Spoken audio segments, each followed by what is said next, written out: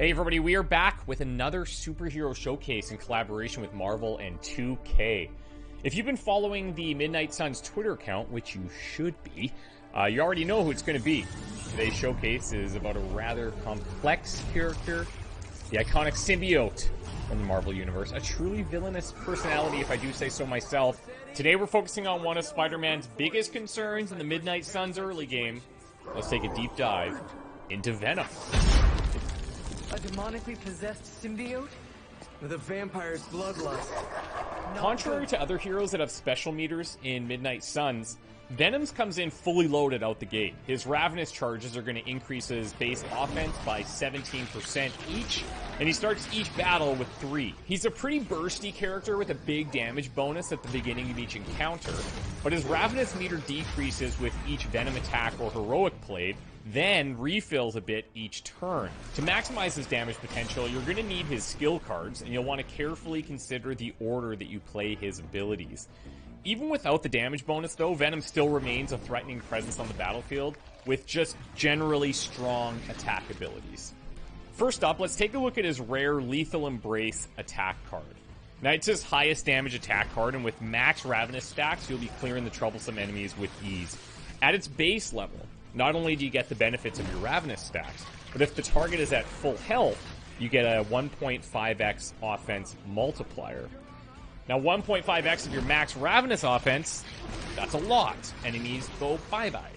At upgrade, you remove the enemy health requirement, and you ensure that you benefit from the 1.5 offense boost every time. Now, I'm sure Venom will ultimately end up being a very sweet and lovable personality, and I can't wait to get to know him more at the Abbey myself. I personally guarantee that he'll 100% love us because, according to my research, and according to him, he only hates ... spiders. You probably knew that. If you fancy yourself a Venom buddy, you'll be well rewarded in the passives department. Building his friendship levels will result in unlocking the We Are Venom passive. At level 1, it's a 25% chance for Venom attack cards to not consume a Ravenous stack. And if you increase that to level 2, the first Venom attack card played each encounter will not consume a Ravenous stack either. Very nice. Good percentages there. Moving on to one of Venom's epic skill cards, let's talk about what I consider to be a core Venom card and one of the stronger ability upgrades in the entire game. It's called Insatiable Hunger. At its base level, you're gaining 1 Ravenous instantly, and then on the next turn start, you're gaining an additional Ravenous to what you would earn normally. Generally, you're going to want to play this when you're planning to end your turn with 1 Ravenous or less, but you guys are going to love this. The upgrade to Insatiable Hunger adds free. Yeah, very few cards in Midnight Suns upgrade into a free card play, so make sure that you've got skill essences and epic blueprints ready to go. I'm also curious, if you think about the mods in Midnight Suns, let me know some of the skill card mods that you might be hunting for that would pair really well with Insatiable Hunger, knowing that it's already going to go to free on upgrade. I think there's some really cool possibilities here. As a side note here, too, you can stack the benefit of this card, but you're going to be stacking the duration of it, not the effectiveness. I'm going to save his other skill card for the end because reasons. So next up, let's look at Venom's rare heroic ability. It's called Devouring Strike. Who doesn't love a good chain attack? I know I do. This is particularly good at max Ravenous stacks because of the damage boost, obviously, but the card upgrade is juicy too. Here's a couple reasons this card is strong. First, it's a chain 4 attack. Those are pretty rare as is. But second, the upgrade to this card adds on KO, this does not consume a Ravenous. That's pretty major.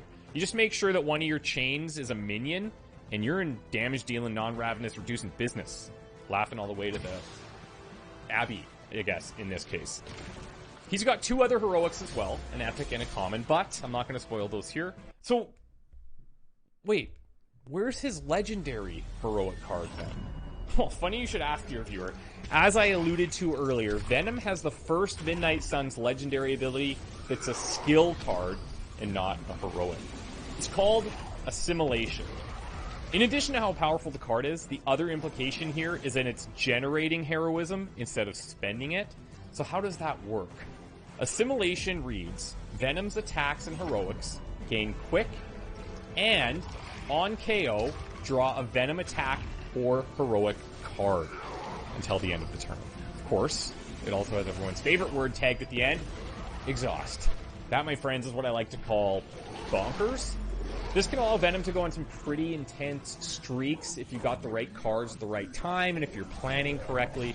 There are also some abilities in his kit that prevent Venom attacks from consuming Ravenous, so you can kind of see where that's going, but I'll let you guys figure it out when you see all his cards.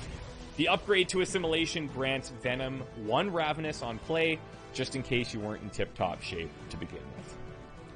So that brings us to the end of our second DLC hero deep dive. Hope you guys are looking forward to bringing Venom along with your own squad based on what you saw today. As always, make sure you check out the Midnight Suns YouTube channel, as well as my own at youtube.com/ChristopherOdd. I'll have links down below to all things Midnight Suns. Thanks to Marvel and 2K for working with me on this showcase, and we'll see you guys in the next one.